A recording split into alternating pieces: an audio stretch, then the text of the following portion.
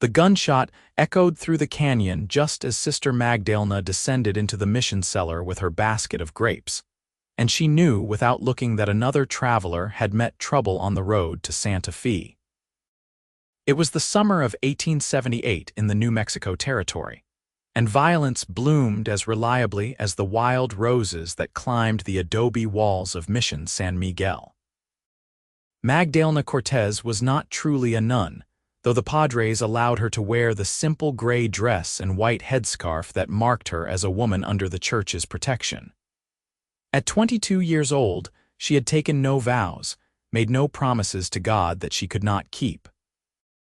She had simply needed sanctuary 3 years ago when her father's ranch was burned and her family scattered to the four winds, and the mission had opened its doors without question. Now she earned her keep by maintaining the cellar stores and, more secretly, by fermenting wine from the mission's grapevines. The priests knew of her work but turned a blind eye. They needed wine for their sacraments, and Magdalena had learned the art from her grandmother, who had learned it from the Spanish monks who first brought viticulture to this harsh, beautiful land. The cellar was cool and dark, carved from the red earth beneath the mission's stone foundation. Barrels lined the walls, some full of last year's vintage, others waiting to be filled with this season's harvest. Magdalena worked by candlelight, crushing the purple grapes with her hands, feeling the juice run between her fingers like silk. The scent filled her nose, sweet and sharp, promising transformation. She had learned to block out the sounds from above. The mission stood at a crossroads where three territories met, where cattle drives passed and wagon trains paused for water and blessing. Where there was traffic, there were outlaws. Where there were outlaws, there were men with badges trying to stop them. And where those two forces met, there was blood. But today, the gunshot was followed by shouting, and the shouting was followed by the heavy wooden door of the cellar scraping open. Magdalena looked up, grape juice staining her hands purple as a man stumbled down the stone steps. He was tall and lean, with sun-darkened skin and hair the color of wheat stubble. Blood soaked through his shirt at the shoulder, and his blue eyes were wild with pain and adrenaline. He wore the dusty clothes of a working cowboy, leather chaps over worn denim, a bandana around his neck, boots that had walked 1,000 hard miles. A gun belt hung at his hip, and his right hand hovered near the revolver even as his left pressed against his wound. "Help me," he said, and then his knees buckled. Magdalena moved without thinking, crossing the cellar in 3 quick steps to catch him before he fell. He was heavy, all muscle and bone, but she was strong from years of hauling water in barrels. She guided him to the ground, propping him against a wine cask. "Who shot you?" she asked, already reaching for the hem of her dress to tear off a strip for bandaging. "Cattle rustlers," he gasped. "I tracked them from Texas. They did not appreciate being found." His accent was different from the Mexican Spanish and Pueblo rhythms she was used to hearing. There was something Eastern in it, maybe Missouri or Kansas, softened by years under the southwestern sun. "How many?" Magdalena asked, pressing the cloth against his wound. The bullet had gone clean through, which was lucky. She had seen enough gunshot wounds in her time at the mission to know the difference between a man who would live and a man who would die. This one would live if she could stop the bleeding and keep the fever away. "3," he said. "I got one of them before they ran. The other 2 headed north." "You should have let them go," Magdalena said, though she knew it was pointless. Men like this, men who tracked rustlers across territories, did not let things go. "They killed my brother," the cowboy said, and his voice went flat and hard. "I will not let that go." Magdalena looked into his eyes and saw grief there, raw and recent. She knew that look. She had worn it herself when she stood in the ashes of her father's ranch. "What is your name?" She asked, gentling her voice. "Coleman," he said. "Coleman Brady, my friends call me Cole." "I am Magdalena," she said. "You are safe here, Cole. The mission is neutral ground. Even rustlers respect that." Cole laughed, a bitter sound. "Maybe, but I cannot stay long." "They have a 2-hour head start already." "You cannot ride anywhere with that shoulder," Magdalena said firmly. You will pass out from blood loss before you make it a mile. She could see him wanting to argue, but the pain was winning. He slumped back against the barrel, his face going pale. Magdalena worked quickly, cleaning the wound with wine from one of the older casks. Cole hissed through his teeth but did not pull away. That is a waste of good wine, he said. It is last year's batch, Magdalena said. Thin and sour, better for cleaning wounds than drinking. You made this. Cole asked, looking around the cellar as if seeing it for the first time. His gaze caught on the rows of barrels, the hanging bunches of grapes, the stone fermentation vessels that had been old when Magdalena's grandmother was young. I did, Magdalena said. The mission needs wine for Mass. I provide it. A winemaker none, Cole said, and there was something almost like humor in his voice. I have seen stranger things, I suppose. I am not a nun, Magdalena said. I just live here. She finished bandaging his shoulder with strips torn from an old sheet she kept in the cellar for covering the fermentation vessels. Her hands were steady, though her heart was beating fast. It had been a long time since she had been this close to a man who was not a priest or an old vaquero. Cole smelled like leather and sweat and gunpowder, like the wild country beyond the mission walls. You should rest, she said, sitting back on her heels. I will bring you water and food. I cannot rest, Cole said, but even as he spoke, his eyes were closing. The blood loss and the pain were dragging him down into darkness. Magdalena waited until she was sure he was unconscious, then climbed the cellar steps to find Father Domingo. The priest was in the courtyard, his brown robe dusty from kneeling in the garden. He was an old man, his face lined like a road map, his hands gnarled but still strong. He looked up as Magdalena approached, and she saw that he already knew. There is a wounded man in the cellar, she said. I heard the shot, Father Domingo said. Is he one of the rustlers?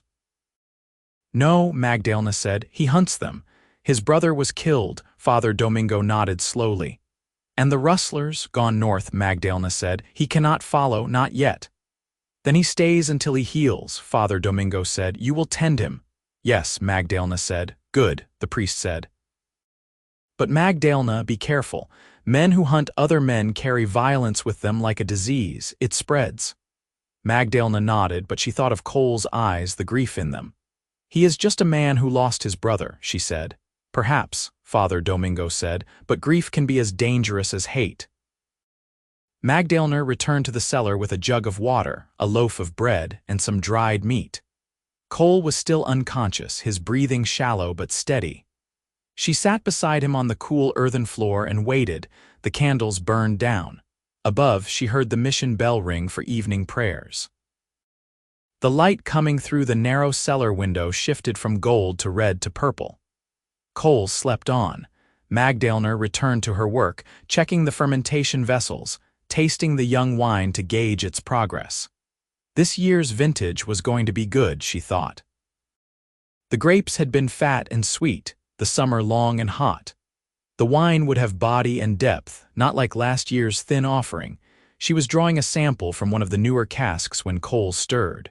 She heard him groan, heard the rustle of fabric as he tried to sit up. She turned with the cup still in her hand and found him watching her. How long was I out? He asked. 3 hours, maybe 4, Magdalena said. It is almost sunset. Cole cursed softly. I need to get moving. You need to heal, Magdalena said. She crossed to him and held out the cup. Drink this first. You lost a lot of blood. What is it? Cole asked suspiciously. Wine, Magdalena said. From this year's harvest, still young, but it will give you strength. Cole took the cup and sniffed it cautiously. Then he drank and his eyes widened. This is good, he said. This is really good. Magdalena felt a flush of pride. Thank you. Cole drank again, more slowly this time, savoring it. When the cup was empty, he looked at her with an expression she could not quite read. You made this, he asked. I did, Magdalena said. From the mission's grapes. The same vines the Spanish planted 100 years ago. Cole stared at her for a long moment, and something shifted in his face. The hardness that had been there, the violence Father Domingo had warned her about, softened. He smiled, and it transformed him. He was handsome, she realized. Not in the polished way of the Spanish dons who sometimes visited the mission, but in a rougher, more honest way. "Marry me," he said. Magdalena laughed, startled. "What? Marry me?" Cole said again, and he sounded completely serious. "Any woman who can make wine this good in the middle of nowhere is a woman worth keeping." "You are delirious from blood loss," Magdalena said, trying to keep her voice light even as her heart did something complicated in her chest. "I am perfectly clear-headed," Cole said. "I have been riding for 3 months, eating dust and drinking water that tastes like rust. I have forgotten what good things taste like. And then I stumble into a cellar and find a beautiful woman making wine like an angel. If that is not a sign from God, I do not know what is." "I am not beautiful," Magdalena said automatically, though she felt heat rising in her cheeks. "And you do not know me." "I know you saved my life," Cole said. "I know you are brave enough to live in a mission at the edge of nowhere. I know you have skills that could make a man's life comfortable." "What else do I need to know?" "Everything," Magdalena said. "You need to know everything. My family is gone, I have no dowry, I am not even a real nun, but I am not really anything else either. I am just a woman who hides behind church walls because the world outside is too dangerous." The smile faded from Cole's face. "The world outside is dangerous," he agreed, "but that is no reason to hide from it," says the man who was shot today, Magdalena said. "Fair point," Cole admitted, "but I am still alive, and I still think you should marry me." "You are insane," Magdalena said, but she was smiling. She could not help it. There was something infectious about his certainty, his absolute conviction that this mad idea made sense. "Maybe," Cole said, "but I am serious. I have a ranch in Texas, small but mine. I need a wife. You need a home. We both need someone to trust in this hard country. It makes sense." "It makes no sense at all," Magdalena said. "We just met. You do not love me." "Not yet," Cole said, "but I could. And you could love me given time. I have seen arranged marriages that worked out fine." "This would be better because we are choosing it ourselves." Magdalena shook her head, but she was still smiling. "You need to rest. We will talk about this when you are not bleeding."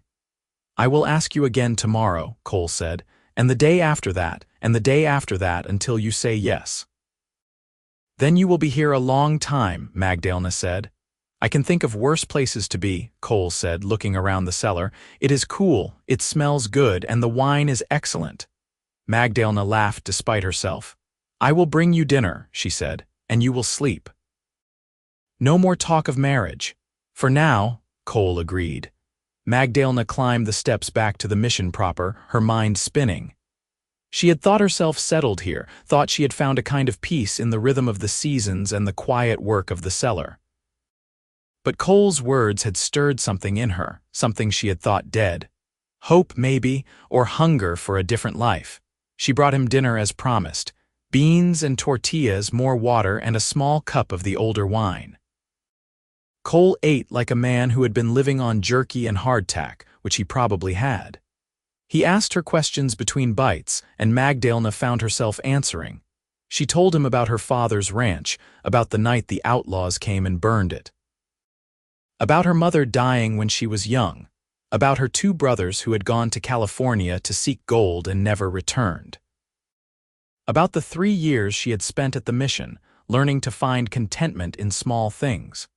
The weight of grapes in her hands, the cool darkness of the cellar, the satisfaction of a good vintage. Cole listened without interrupting, his blue eyes serious. When she finished, he was quiet for a long moment. "I am sorry," he said finally, "about your family, about everything you lost." "It was a long time ago," Magdalena said, though it did not feel that way. "Some losses never got old." "My brother and I had a ranch in Texas," Cole said. "Nothing fancy. We ran cattle, tried to make an honest living. Then some rustlers decided our cattle looked better in their herd. We tracked them, got most of the stock back, but they came back later when we were not ready. They killed Daniel. Shot him in the back while he was checking the fence line." His voice was steady, but Magdalena saw the way his hands tightened on the cup he held. "I am sorry," she said.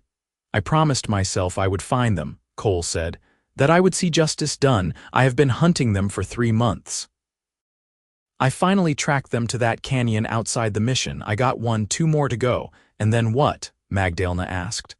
After you get your justice, what will you do? Cole looked at her and she saw the emptiness in him. I do not know, he said. Go back to the ranch, I suppose. Try to run it alone. It will be hard without Daniel, but I cannot just let it go. You could stay here, Magdalena said, surprising herself. The mission always needs help. Father Domingo would welcome you and work for the church, Cole smiled. I am not that good a man. You are good enough, Magdalena said. You could have died in that canyon, but you made it here. That takes strength. Or stubbornness, Cole said. My brother always said I was too stubborn to die. Then he knew you well, Magdalena said. They talked until the candles burned low, until Magdalena realized with a start that she had missed evening prayers. She stood, brushing dust from her dress. I have to go, she said. The priests will wonder where I am. Will you come back tomorrow? Cole asked. Of course, Magdalena said. Someone has to make sure you do not tear your stitches. And someone has to taste the wine, Cole said. Important work. Magdalena smiled. Sleep well, Cole. You too, Magdalena. She climbed the steps and emerged into the cool evening. The mission courtyard was quiet, the other residents already in their cells or at their prayers. Magdalena stood for a moment under the stars, trying to make sense of what she was feeling. A man had stumbled into her cellar, bleeding and desperate. A man who hunted killers and talked about marriage after drinking a single cup of wine. A man who looked at her like she was something precious, something worth having. It was madness. And yet, Magdalena could not stop thinking about it. She went to her small room off the kitchen and lay down on her narrow bed, but sleep would not come.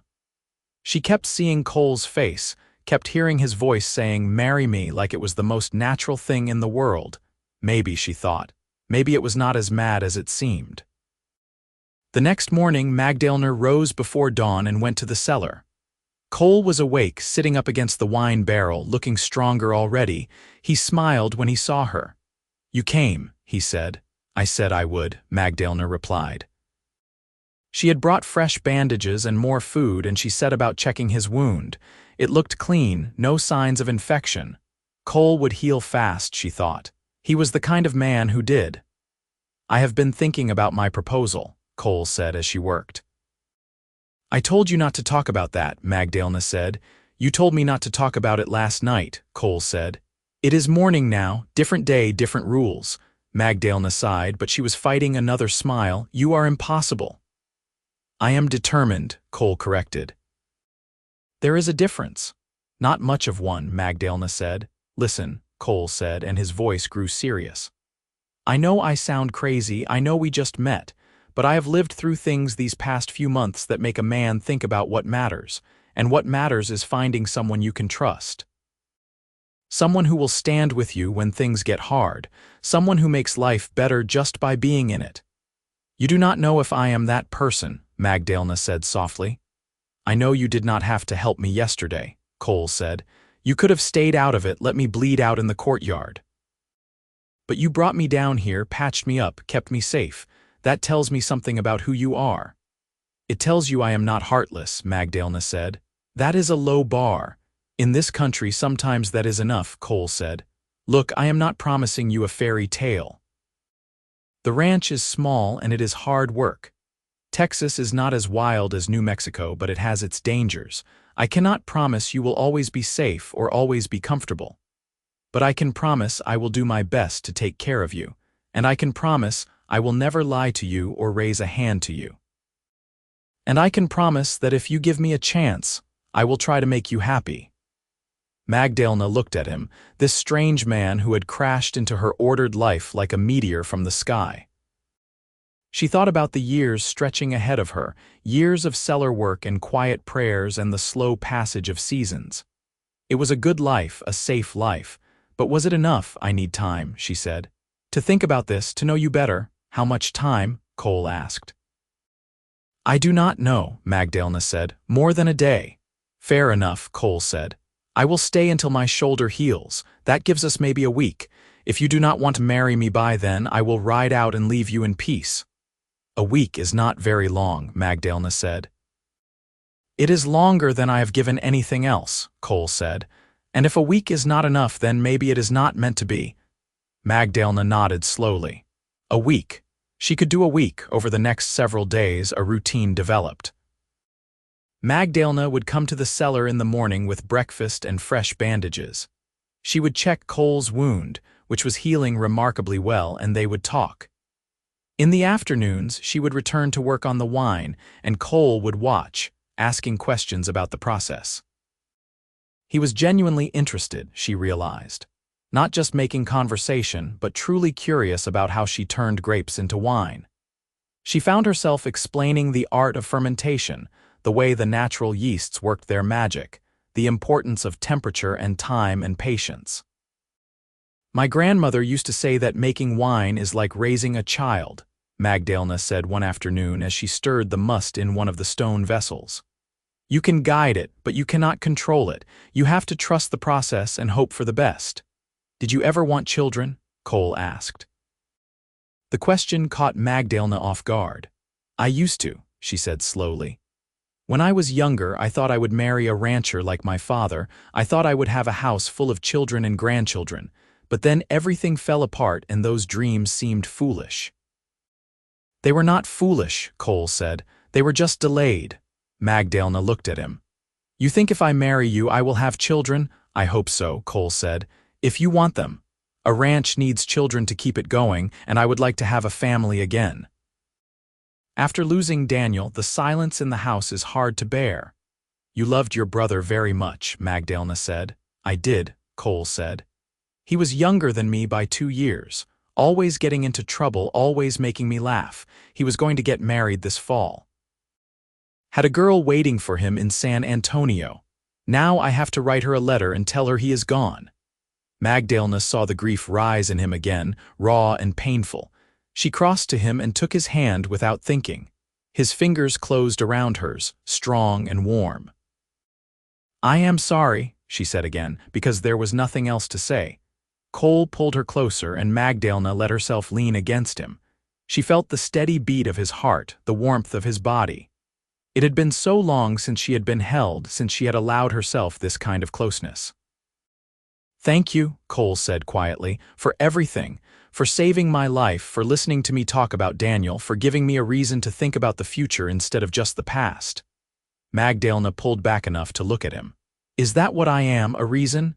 "You are more than that," Cole said. "You are a possibility, a chance at something good." He leaned in and kissed her, soft and tentative. Magdalena froze for a moment, shocked, and then she kissed him back. It was sweet and gentle, nothing like the rough violence she had expected from a man who hunted outlaws. When they broke apart, Cole was smiling. "Was that allowed?" he asked. "I am not sure of the rules here." "I am not sure either," Magdalena admitted. Her heart was racing and she felt like she was standing at the edge of a cliff. "But I do not think Father Domingo would approve." "Then we will not tell him," Cole said. Magdalena laughed and the sound surprised her. She had not laughed like that, free and genuine, in years. They kissed again, longer this time, and Magdalena felt something unlock inside her. She had been holding herself so tightly, keeping herself so controlled for so long. With Cole, she could let go a little. She could allow herself to want something more than just safety. Over the remaining days of the week, Magdalena found herself falling. It was not the dramatic, sweeping passion of the romance stories traveling peddlers sometimes sold. It was quieter than that, more grounded. She fell in love with the way Cole listened when she talked, the way he asked thoughtful questions about her work. She fell in love with his dry humor, the way he could make her laugh even when she was tired. She fell in love with his honesty, the way he talked about his fears and hopes without pretending to be stronger than he was. And Cole, for his part, seemed to be falling too. He watched her work with an expression of wonder, as if he could not quite believe his luck. He told her stories about the ranch, about the cattle and the land, painting pictures with his words. He talked about what they could build together, if she was willing to try. On the 7th day, Cole's shoulder was healed enough for him to move around without pain. He could have left then, could have ridden out after the remaining rustlers. But he did not mention leaving, and Magdalena did not remind him. Instead, he helped her in the cellar, hauling barrels and moving the heavy fermentation vessels with an ease that made Magdalena realize how much harder her work had been alone. They worked side by side, and it felt natural. Right. That evening, as the sun set and the cellar filled with shadows, Cole turned to Magdalena and took her hands. "I am going to ask you again," he said, "and I want you to think carefully before you answer, because I will hold you to whatever you say." Magdalena's heart was pounding, but she nodded. "Will you marry me, Magdalena Cortez?" Cole asked. "Will you leave this mission and come to Texas with me? Will you build a life with me, even though it will be hard and uncertain and maybe dangerous? Will you take a chance on us?" Magdalena looked at this man who had stumbled into her life bleeding and desperate, who had drunk her wine and proposed marriage like it was destiny. She thought about the safe, small life she had built at the mission. She thought about the big, uncertain life Cole was offering. "Yes," she said. "I will marry you." Cole's face lit up like sunrise. He pulled her into his arms and kissed her, and Magdalena kissed him back with all the hope and fear and excitement churning inside her. "Thank you," Cole whispered against her lips. "I promise I will spend the rest of my life making sure you do not regret this." "You better," Magdalena said, but she was smiling. They climbed the cellar steps together and found Father Domingo in the chapel. The old priest took one look at their joined hands and their glowing faces and sighed. "I knew this would happen," he said. "Will you marry us, Father?" Cole asked. Father Domingo studied them both for a long moment. Then he nodded.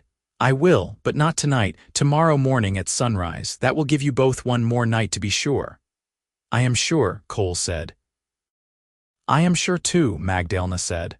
"Nevertheless," Father Domingo said firmly, "one more night. It is a big decision, you should be certain." That night, Magdalena lay in her narrow bed and stared at the ceiling. Was she certain? It had only been a week. She barely knew Cole, really. He could be lying about everything. He could be cruel or lazy or any number of terrible things she had not discovered yet, but she did not think so. There was something solid about Cole, something honest. And more than that, there was something in her that responded to him, that trusted him. Maybe it was madness, but maybe it was the smartest thing she had ever done. When dawn broke, Magdalena dressed in her best dress, a deep blue gown her mother had made years ago. She brushed out her long, dark hair and left it loose around her shoulders. She looked at herself in the small mirror on her wall and barely recognized the woman staring back. She looked alive. She looked happy. Cole was waiting in the chapel, wearing a clean shirt someone had lent him. His shoulder was still bandaged beneath it, but he stood straight and strong. When he saw Magdalena, his face transformed with joy. Father Domingo performed the ceremony simply, with just a few of the other mission residents as witnesses. The words were in Latin and Spanish, ancient and powerful. When it was time to exchange vows, Cole spoke in a clear, strong voice. "I promise to love you and care for you, to work beside you and laugh with you, to give you the best of myself for as long as I live." Magdalena's voice shook a little, but she got the words out. "I promise to love you and care for you, to work beside you and laugh with you, to give you the best of myself for as long as I live." Father Domingo blessed them, and Cole kissed his bride. Magdalena tasted salt and realized she was crying, but they were happy tears. "Well," Father Domingo said, "you are married now. God help you both." "Thank you, Father," Magdalena said. She hugged the old priest, feeling his fragile bones beneath his robe. "Thank you for everything, for giving me sanctuary, for teaching me, for letting me go." "You were never a prisoner here," Father Domingo said. "You were always free to leave. I am glad you finally found a reason to." They spent the rest of the day preparing for the journey to Texas. The mission gave them supplies: food, water, blankets. One of the other residents, an old vaquero named Tomas, offered them a mule to carry their goods. Cole had left his horse at a stable in the nearby town, so they walked there together to retrieve it. The horse was a big bay gelding with intelligent eyes and a patient temperament. His name was Steady, and he lived up to it. He did not flinch when Cole loaded him with supplies, and he stood calmly while Magdalena approached. I have not ridden much, Magdalena admitted. At my father's ranch, I mostly stayed close to the house. Then you will ride with me, Cole said. Steady can carry us both. They left the next morning, with the mission bells ringing behind them in blessing. Magdalena looked back once as they crested the first hill, seeing the white walls glowing in the sun, the dark crosses standing against the sky. It had been her home for 3 years. Now she was riding away with a man she had known for 8 days, trusting that he would keep his promises. It was terrifying. It was exhilarating. The journey to Texas took 2 weeks. They traveled east through the high desert country of New Mexico, then dropped down into the rolling grasslands of the Texas Panhandle. Cole knew the land well, and he guided them along trails that avoided the main roads and the dangers that came with them. At night, they camped under the stars. Cole taught Magdalena how to build a fire that would not smoke too much, how to listen for the sounds that meant danger was approaching. Magdalena taught Cole songs her grandmother had sung, old Spanish ballads about love and loss, and the long road home. They talked endlessly, sharing the stories of their lives. Magdalena learned that Cole had grown up on a farm in Missouri, that he and Daniel had come west after the war looking for a fresh start. She learned that he loved to read but rarely had access to books, that he could play the harmonica but was too shy to do it in front of people, that he had once broken his leg falling off a roof, and Daniel had carried him 3 miles to find a doctor. Cole learned that Magdalena's mother had died of fever when Magdalena was 10, that she had helped raise her younger brothers while her father worked the ranch. He learned that she was scared of snakes but loved thunderstorms, that she could sew and cook and keep accounts, that she had once punched a boy who tried to steal her brother's horse. "You punched him?" Cole asked, delighted. "Right in the nose," Magdalena said proudly. "He bled all over his shirt. My father was angry at first, but then he heard why I did it and he bought me a new dress." "Remind me never to steal your horse," Cole said. "You do not have to steal it," Magdalena said. "I will share it with you. We are married now." "Best decision I ever made," Cole said, and he kissed her. They made love for the first time under a sky so full of stars it looked like God had spilled diamonds across black velvet. Cole was gentle and patient, and Magdalena discovered that the things she had heard whispered by the married women at the mission were only partly true. It was awkward and strange at first, but it was also tender and sweet. When it was over, she lay in Cole's arms and felt completely at peace. "I love you," Cole said, and Magdalena realized it was the first time he had said it. "I love you too," she said, and meant it with her whole heart. They reached the ranch on a hot afternoon in late July. It was small, just as Cole had said. A single-story house made of wood and stone, a barn, a corral, a few acres of scrubby pasture. The cattle were grazing on the far side of the property, red-brown shapes against the yellow grass. It was not much, but it was theirs.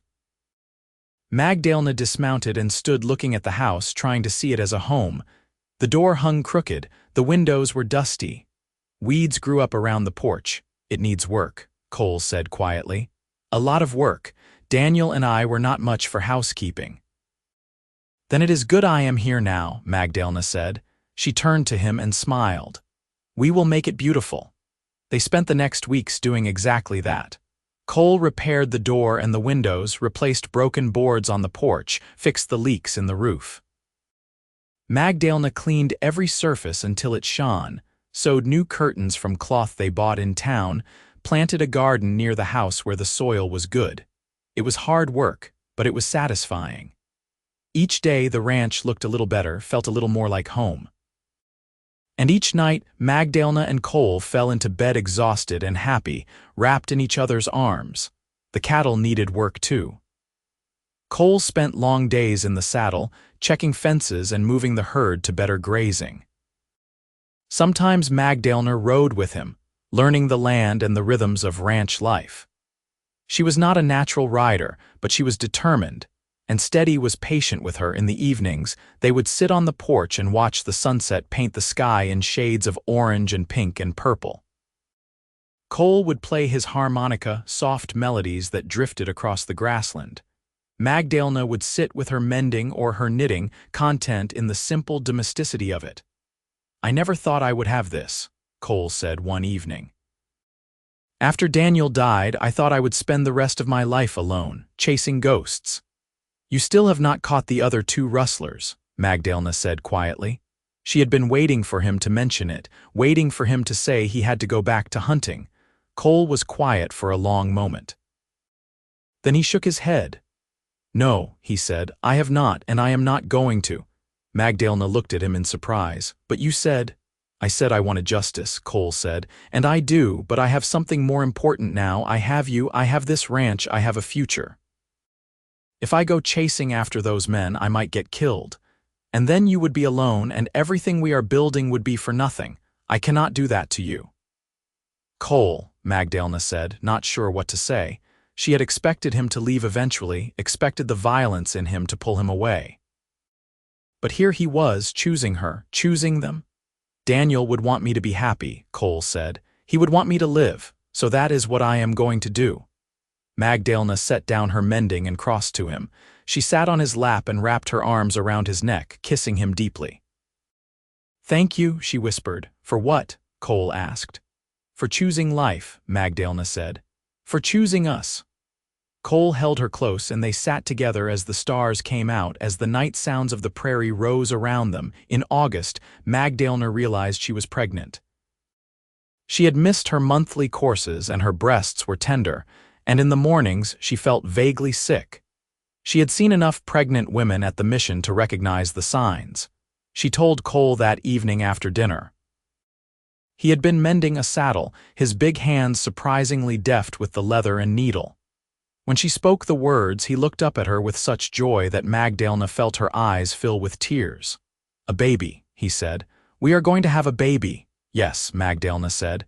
"In the spring, I think." Cole dropped the saddle and pulled her into his arms, holding her so tight she could barely breathe. "Thank you," he said. "Thank you, thank you, thank you." "I did not do it alone," Magdalena said, laughing through her tears. "Best collaboration ever," Cole said and kissed her. The pregnancy was not easy. Magdalena was sick most mornings for the first few months, and she tired easily. But Cole was endlessly patient, taking over the household chores when she could not manage them, cooking simple meals when the smell of food made her queasy. In town, they met other ranchers and their families. The neighbors were friendly in the reserved way of people who lived hard lives in hard country. They welcomed Magdalena and Cole to church socials and barn dances, and Magdalena slowly began to feel part of the community. One woman in particular became a friend. Her name was Sarah, and she was the wife of the rancher whose land bordered Cole's. She had 3 children of her own and a wealth of advice about pregnancy and childbirth. "Do not let the men tell you what to do," Sarah said one afternoon as they shelled peas together on Magdalena's porch. "They mean well, but they do not know anything about having babies. Trust your body, it knows what to do." "I am scared," Magdalena admitted. "My mother died when I was young. I do not remember much about her, but I know she was often sick. What if I am like her? Then you will deal with it," Sarah said firmly. "But there is no point borrowing trouble. Most women come through childbirth just fine. And you are strong, I can see that." Magdalena hoped Sarah was right. As fall turned to winter, Cole worked on preparing the house for the baby. He built a cradle from oak wood, sanding it smooth and carving designs into the headboard. He made a chest for storing baby clothes and blankets. He fixed the drafts in the bedroom so the room would stay warm. Magdalena sewed tiny gowns and knitted soft blankets. She made lists of supplies they would need and sent Cole to town to buy them. She tried not to think too much about the birth itself, about the pain and the danger. Instead, she focused on the life they were creating, the family they were building. In December, a cold snap hit and the temperature dropped below freezing. Cole brought the cattle closer to the barn and broke ice on the water troughs every morning. Magdalena stayed inside, tending the fire and cooking hearty stews that would stick to their ribs on Christmas Eve. They invited Sarah and her family over for dinner. It was the first time Magdalena had hosted a party in her new home, and she was nervous. But the evening went well. The children played games by the fire while the adults talked and ate. Cole played his harmonica and they all sang carols in English and Spanish. As the guests were leaving, Sarah pulled Magdalena aside. "You are happy," she said. "I can see it. You and Cole are good together."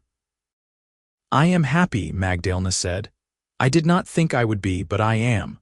"Hold on to that," Sarah said. "Life has a way of getting hard, but if you have love, you can weather anything." Magdalena thought about those words often in the months that followed, because life did get hard. In January, a winter storm rolled in and dumped 2 feet of snow on the ranch. Cole spent days digging out the barn and making sure the cattle had access to food and water. He came in each night exhausted and half frozen, and Magdalena would warm him by the fire and feed him hot soup. Then in February, a pack of wolves got into the herd and killed 3 calves. Cole and 2 of the neighbors hunted the pack for a week before they finally drove them off. Cole came home with a deep scratch on his arm from where one of the wolves had gotten too close, and Magdalena bandaged it and scolded him for being reckless. "I have to protect the herd," Cole said. "It is our livelihood." "And you are my livelihood," Magdalena said. "If you die, what am I supposed to do?" "You are not supposed to do anything," Cole said. "Because I am not going to die. I am too stubborn, remember?" "You better be," Magdalena said. In March, as the snow melted and the first green shoots appeared in the pasture, Magdalena felt the first labor pains. They started in the middle of the night, a tightening across her belly that woke her from sleep. She lay still for a moment, breathing through it, wondering if it was real. Then another pain came stronger and she knew. "Cole," she said, shaking his shoulder. "Cole, wake up, the baby is coming." Cole came awake instantly, his eyes wide. "Now, are you sure?"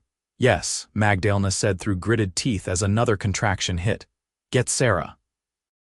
Cole dressed in record time and rode out into the pre-dawn darkness. Magdalena got up and paced the house, trying to remember everything Sarah had told her about labor. "Keep moving.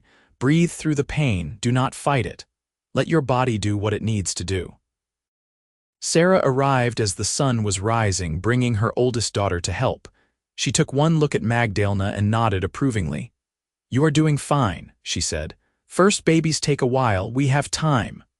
Cole hovered anxiously, clearly wanting to help but not knowing how. Sarah finally took pity on him and sent him to boil water and gather clean towels. The labor lasted all day. The pains came in waves, building and cresting and receding, over and over. Magdalena walked and squatted and leaned against Sarah, trying to find positions that made the pain bearable. It was worse than anything she had imagined, worse than she thought she could endure, but she endured it. She breathed and pushed and cried and swore, and Sarah was there through all of it, steady and calm. Finally, as the sun was setting and painting the sky red, the baby came. One final push, one final moment of searing pain and then release. A thin, angry cry filled the room. "A boy," Sarah said, laying the baby on Magdalena's chest. "You have a son." Magdalena looked down at the tiny, red-faced creature and felt her heart expand until she thought it would burst. He was perfect. 10 fingers, 10 toes, a shock of dark hair, eyes squeezed shut against the light. Her son, Cole, appeared in the doorway, his face pale. "Is it over? Are you all right?" "Come meet your son," Magdalena said. Cole crossed to the bed and looked down at the baby.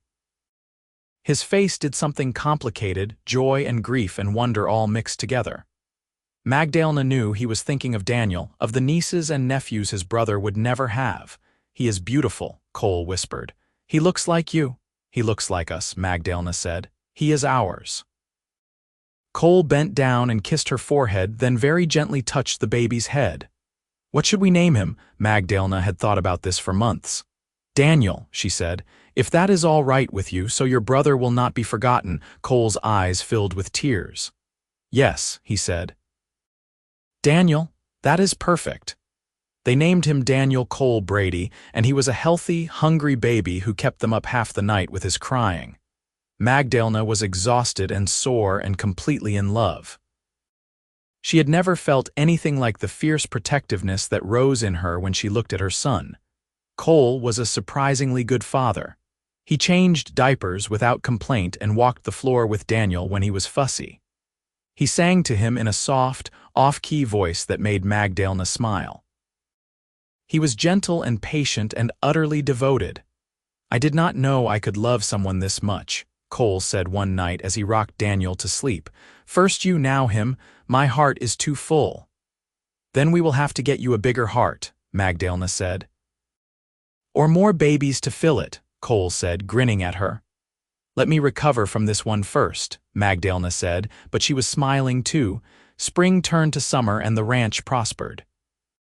The cattle were fat and healthy, the garden produced more vegetables than they could eat, and little Daniel grew like a weed.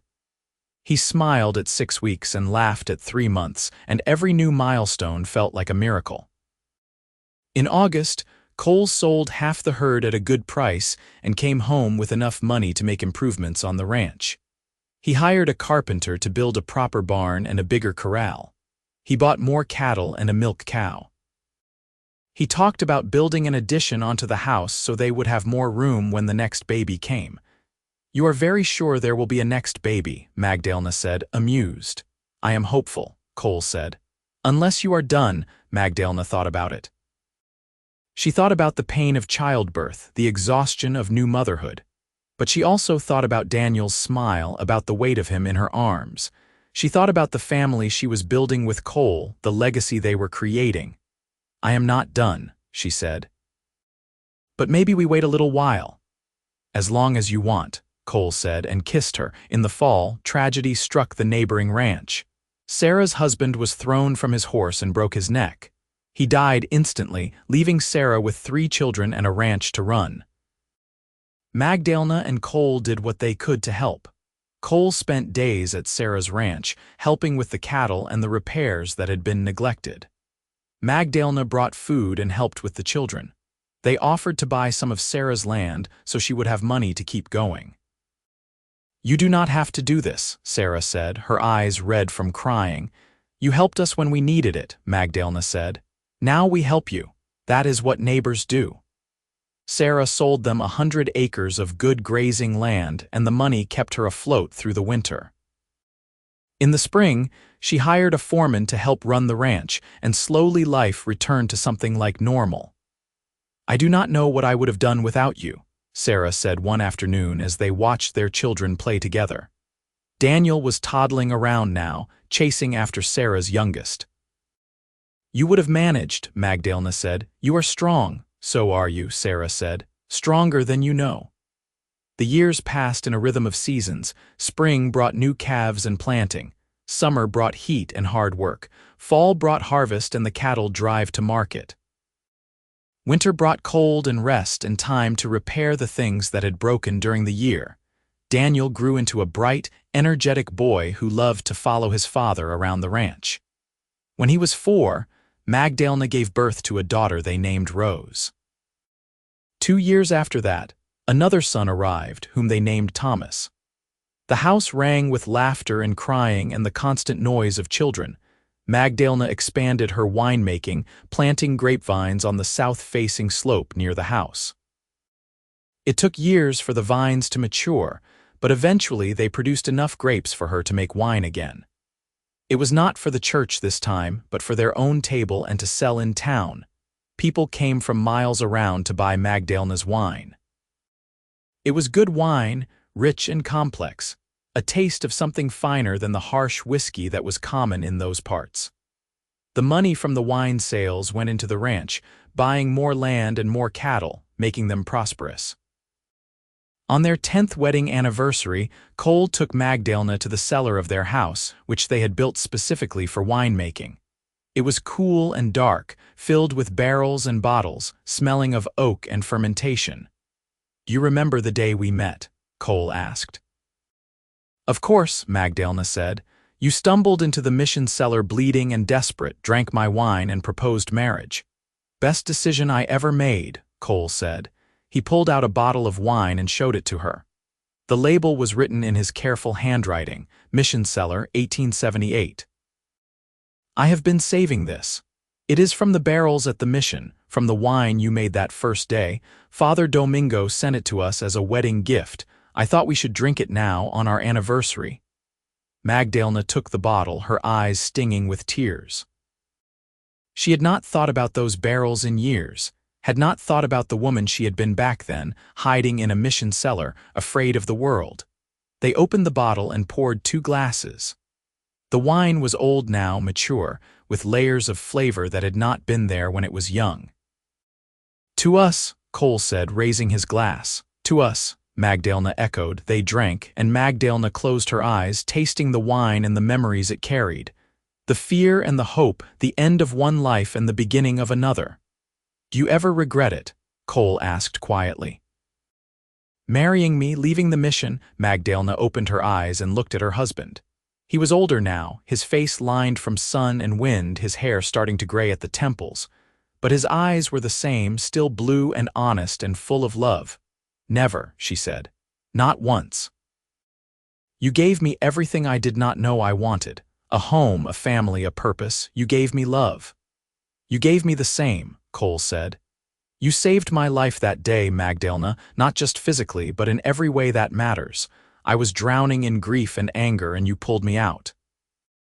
You showed me there was still good in the world, still things worth living for." They kissed there in the cellar, surrounded by the fruits of their labor, the wine they had made together. It was sweet and tender, a promise renewed over the years they faced more hardships. Droughts that killed the grass and made the cattle thin. Harsh winters that froze the pipes and buried the ranch in snow. Illnesses that swept through the children, leaving Magdalena and Cole awake for nights on end, praying and nursing. But they faced it all together, and that made the difference. Daniel grew into a fine young man, tall and strong like his father, with his mother's dark eyes and quick smile. At 19, he married a girl from town named Emma, and they built a house on the far side of the ranch. Rose was clever and independent, more interested in books than cattle. At 17, she went to San Antonio to study at a school for young women, and she wrote long letters home about her classes and her dreams of becoming a teacher. Thomas was the quietest of the 3, thoughtful and careful. He loved the land the way Cole did, and he spent hours riding the range, learning every hill and valley. He would inherit the ranch someday, Cole and Magdalena both knew, and he would care for it well. In 1898, 20 years after that first meeting in the mission cellar, Magdalena and Cole sat on their porch and watched the sunset.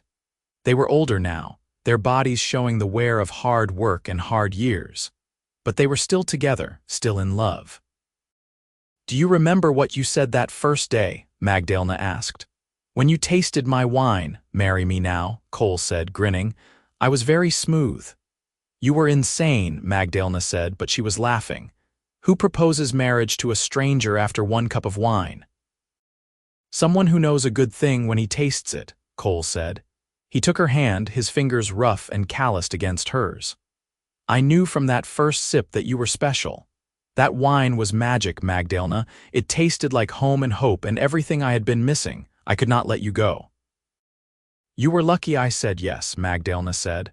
"I was lucky in everything," Cole said. "Lucky you saved me, lucky you loved me, lucky you gave me a family and a life worth living." Magdalena leaned against him, feeling the solid warmth of his body, the steady beat of his heart. "I was lucky too," she said softly. They sat in comfortable silence as the stars came out one by one, filling the sky with light. From inside the house, they could hear the sounds of their grandchildren playing. Daniel and Emma had 2 children now, and they came to visit often. "Our family is growing," Magdalena said. "It is a good problem to have," Cole said. "We should build another room," Magdalena said, "so everyone can stay when they visit." "Already planning it," Cole said. "Thomas and I will start in the spring." Magdalena smiled. This was her life now. A good life, a full life, built on a foundation of love and hard work, and that one moment of madness in a mission cellar. She thought about the girl she had been, hiding from the world, making wine in the darkness. She thought about the long journey that had brought her here to this porch with this man surrounded by family. It had not been easy. There had been pain and loss and fear. But there had also been joy and laughter and love, so much love. "Thank you," she said to Cole. "For what?" he asked. "For stumbling into my cellar," Magdalena said. "For tasting my wine. For asking me to marry you even though it was crazy. For giving me this life." Cole kissed the top of her head. "Thank you for saying yes," he said. "Thank you for taking a chance on a half-dead cowboy with a mad proposal." "Thank you for loving me, always," Magdalena said. "I will always love you." They sat together as the night deepened, as the sounds of the ranch settled into quiet, the cattle lowing in the distance, the wind rustling through the grass, the soft murmur of voices from inside the house. It was a good life. It was their life. And it had all started with a cup of wine and a wild, impossible proposal. Magdalena closed her eyes and breathed in the night air, smelling the grass and the earth, and the distant scent of grapes from her vineyard. In a few months, it would be harvest time again. She would pick the grapes and crush them and begin the slow process of fermentation. She would make wine the way her grandmother had taught her, the way she had been doing for 20 years. And when the wine was ready, she and Cole would open a bottle and toast to another year together. Another year of love and work and family. Another year of the life they had built from nothing but hope and determination and one perfect cup of wine.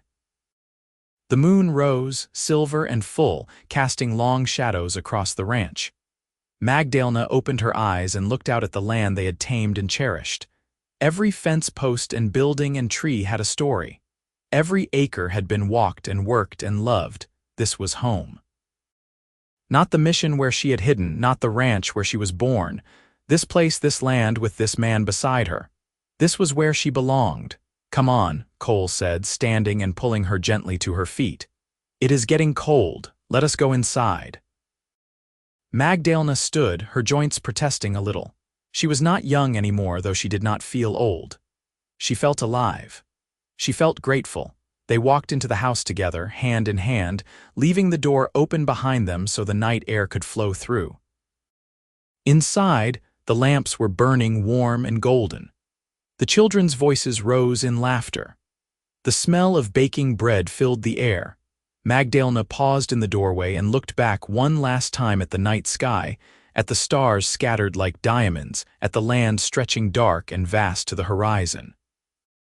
"Thank you," she whispered, though she was not sure who she was thanking.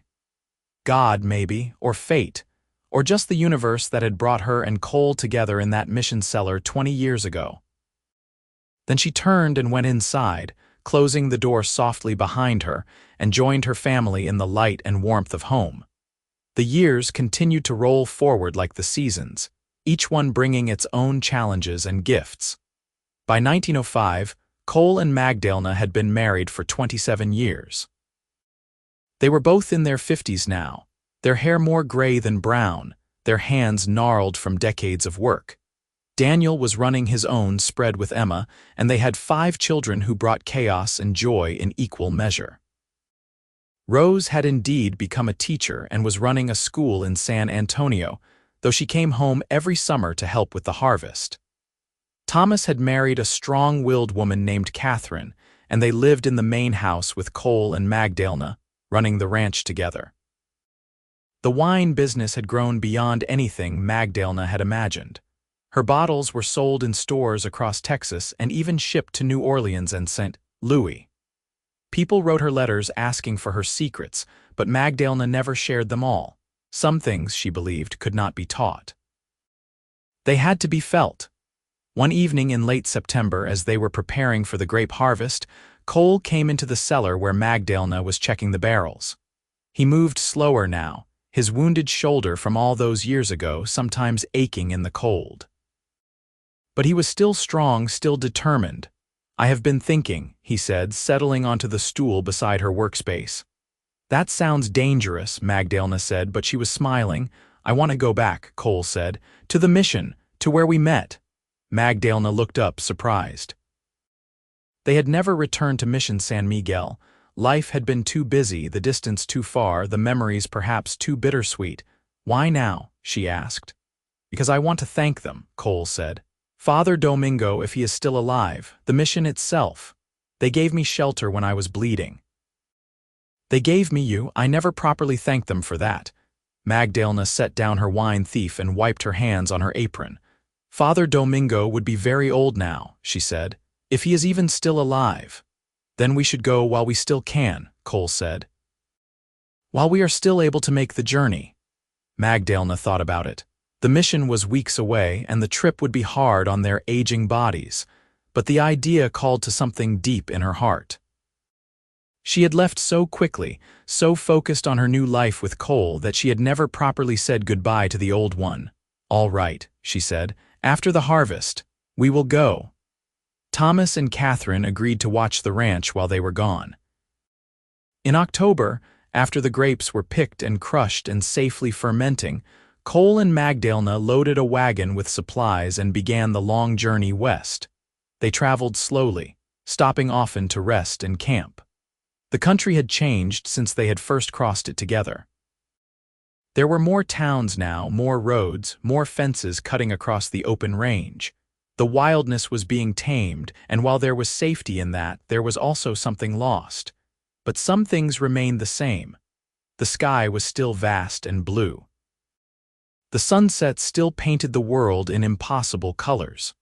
And when they made camp at night and lay together under the stars, Magdalena felt like they were young again, just starting out on their grand adventure.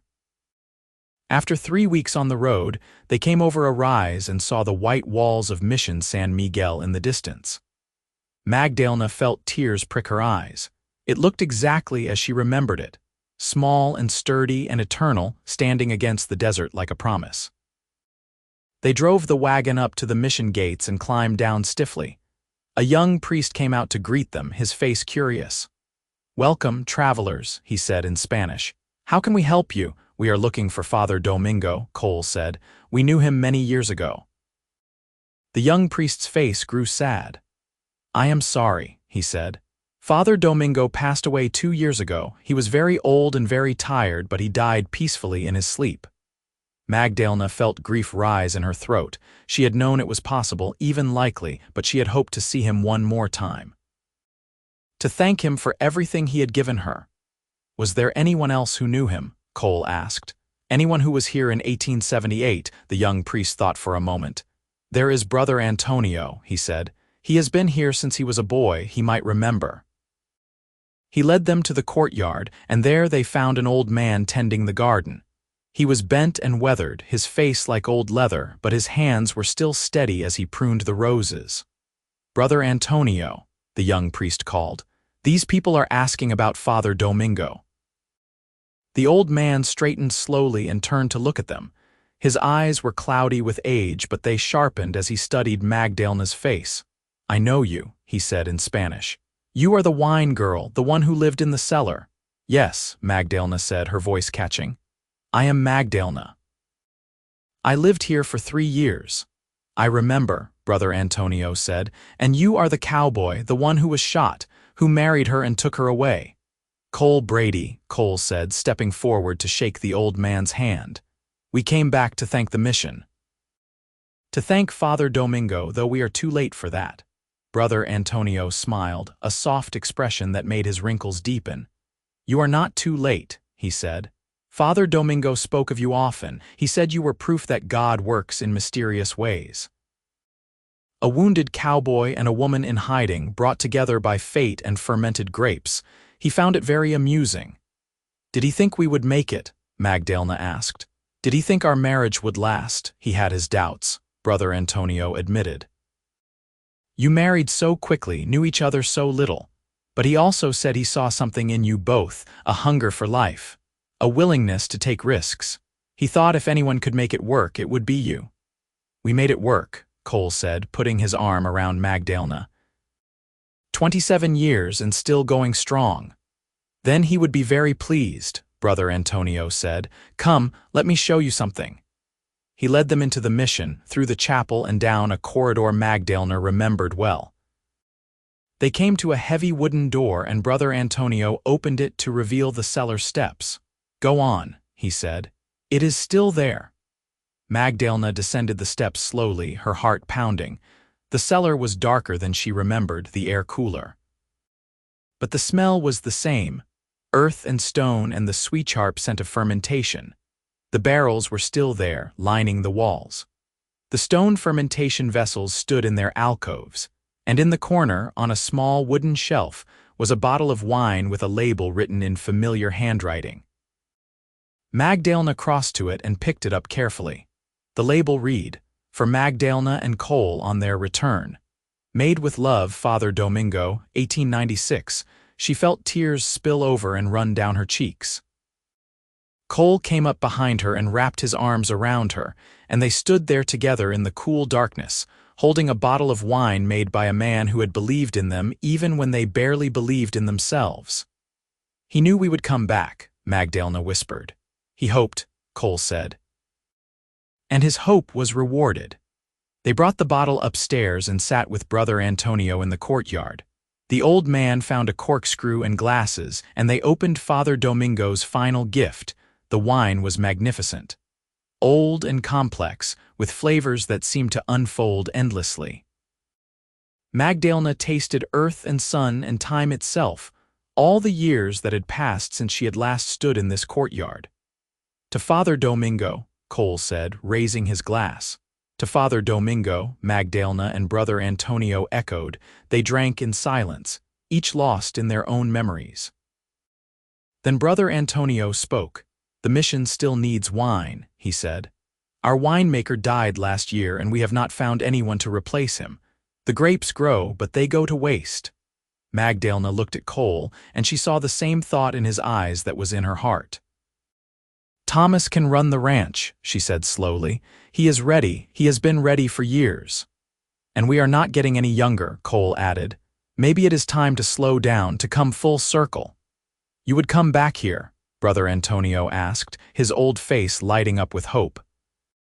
You would make wine for the mission again, not forever, Magdalena said, but for a while. A few years, maybe, long enough to teach someone else, to make sure the tradition continues. It would be an answer to many prayers, Brother Antonio said. They stayed at the mission for a week, talking with the priests and the other residents, looking at the cellars and the vineyards. The vines were overgrown and neglected, but they were still good. With proper care, they would produce excellent grapes. On the 7th day, they made their decision. They would go back to Texas, settle their affairs, and return in the spring. Thomas would take over the ranch.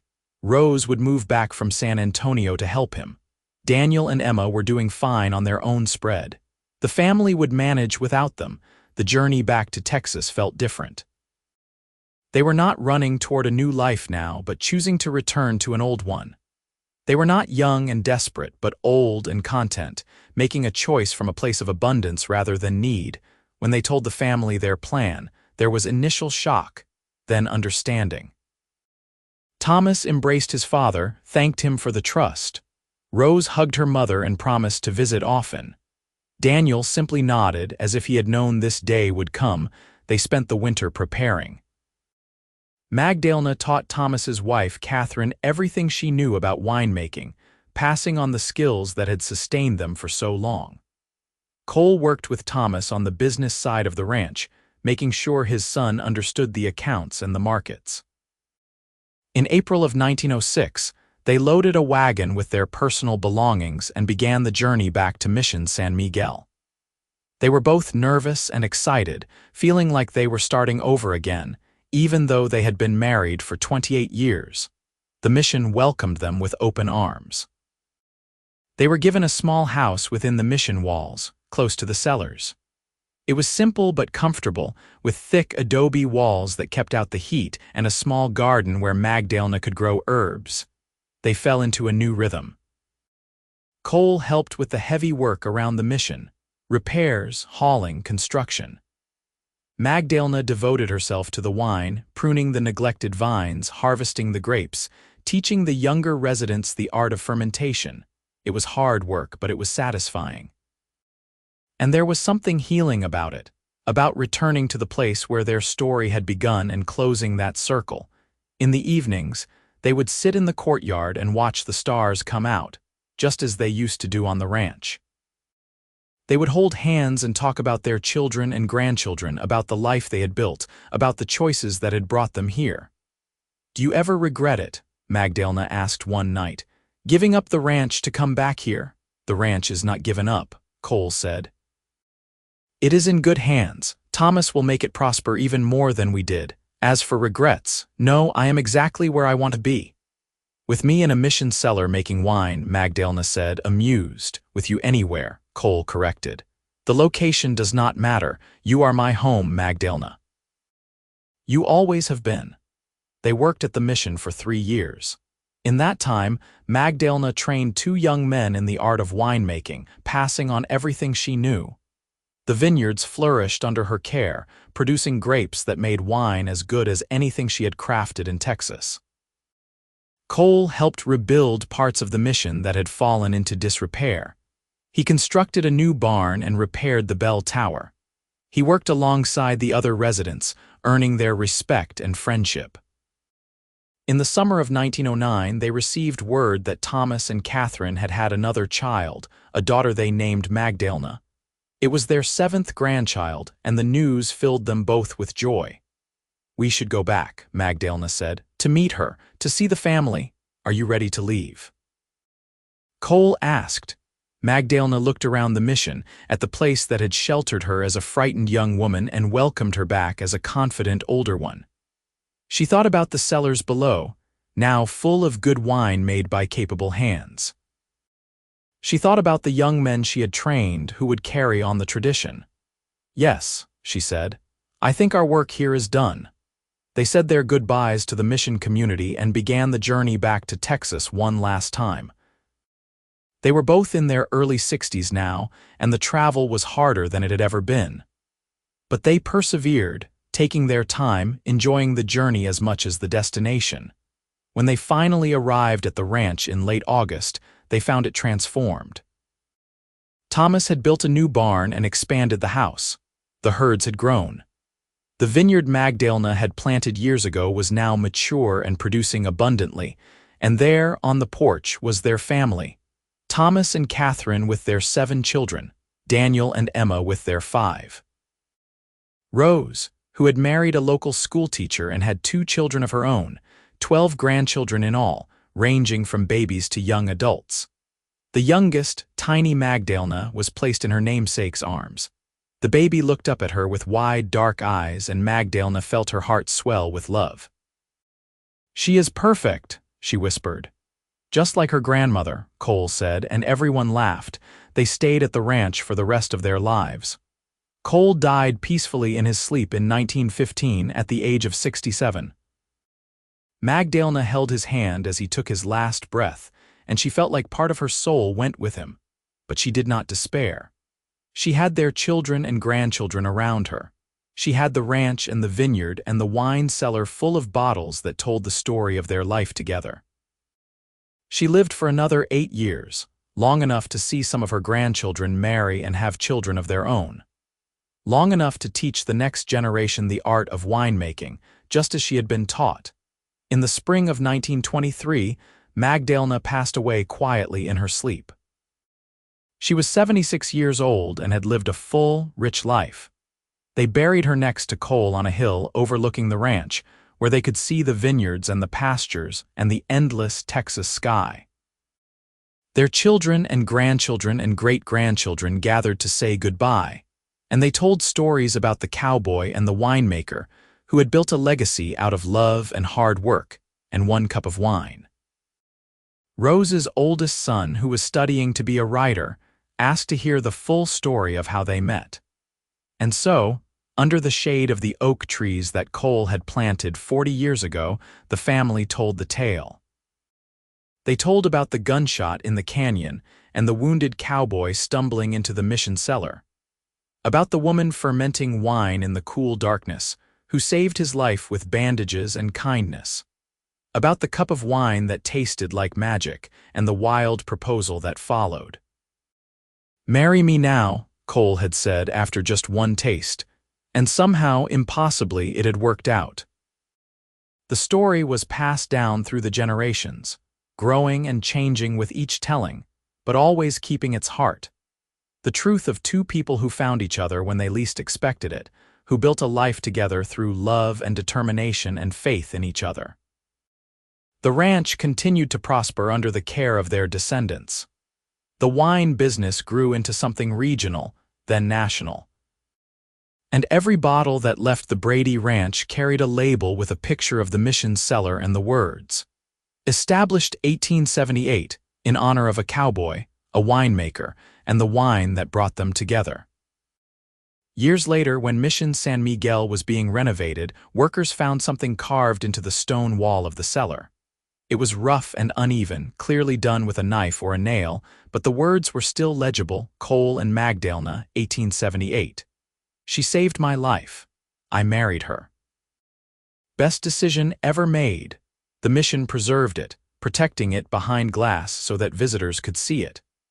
And people would stand there in the cool darkness of the cellar and smile, imagining the young cowboy and the woman making wine, imagining that first cup and that impossible proposal. Because that was the thing about love the story taught. It did not always make sense. It did not always follow the rules. Sometimes it happened fast, sparked by something as simple as fermented grapes and desperation and hope, but when it was real, when it was true, it lasted. It grew and deepened, and became something strong enough to build a life on. Something worth holding onto through all the hard years and harsh seasons. That was the legacy Cole and Magdalena left behind. Not just the ranch or the wine or the children and grandchildren who carried their blood, but the story itself, the proof that love could bloom in the most unlikely places, between the most unlikely people. All it took was courage. And a really good cup of wine. The story of the cowboy and the winemaker became legend in that part of Texas. Parents told it to their children. Teachers taught it in schools.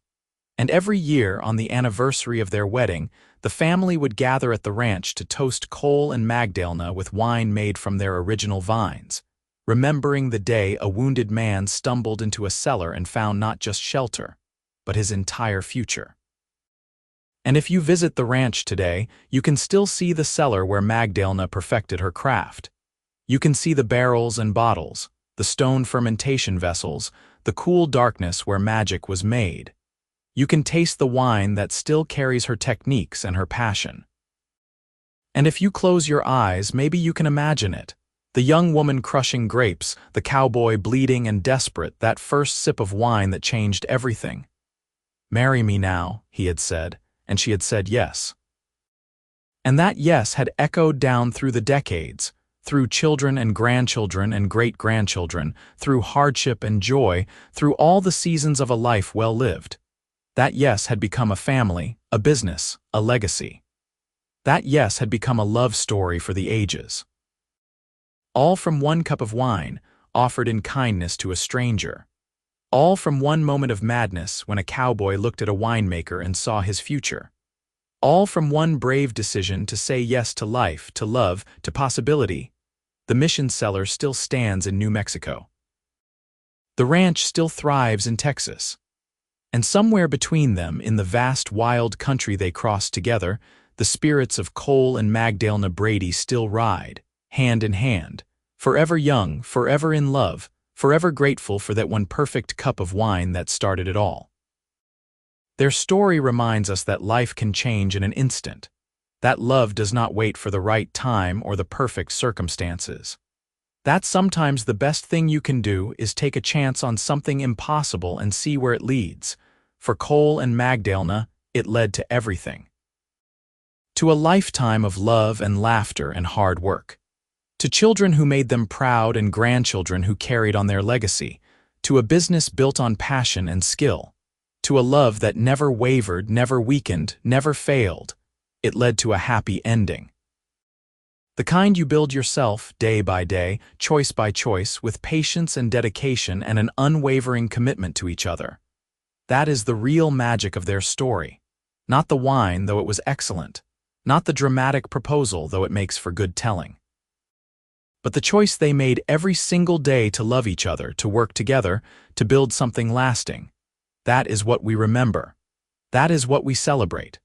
That is what we pass down to the next generation, along with the wine recipes and the ranch techniques and all the practical things. We pass down the story of love that endured, of a partnership that worked, of two people who took a chance on each other and never looked back. And every time someone opens a bottle of Brady wine, they are participating in that story. They are tasting the fruits of that long-ago decision, made in a cool, dark cellar by a wounded cowboy and a brave winemaker. They are tasting love itself, fermented and aged and perfected over decades. And maybe, if they are lucky, they will raise their glass and make their own impossible promise to someone they love. Maybe they will take their own crazy chance. Maybe they will start their own story that people will tell for generations. Because that is what Cole and Magdalena teach us, that it is never too late, never too soon, never too impossible to find love and build a life worth living. All you need is courage, faith, and maybe a really good cup of wine. The end came peacefully for both of them, as all good endings should. But the story does not really end there. It continues in every bottle, every vine, every generation of Bradys who work the land and make the wine and remember the ancestors who started it all. It continues in the mission cellar, where new winemakers learn their craft and hear the legend of the couple who met there so long ago.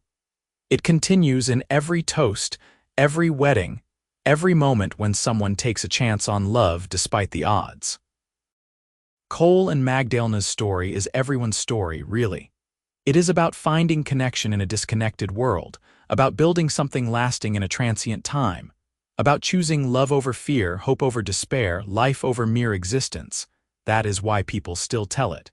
That is why it matters. Because in the end, what else is there but love? What else can we build that will outlast us? What else can we leave behind that has any real value?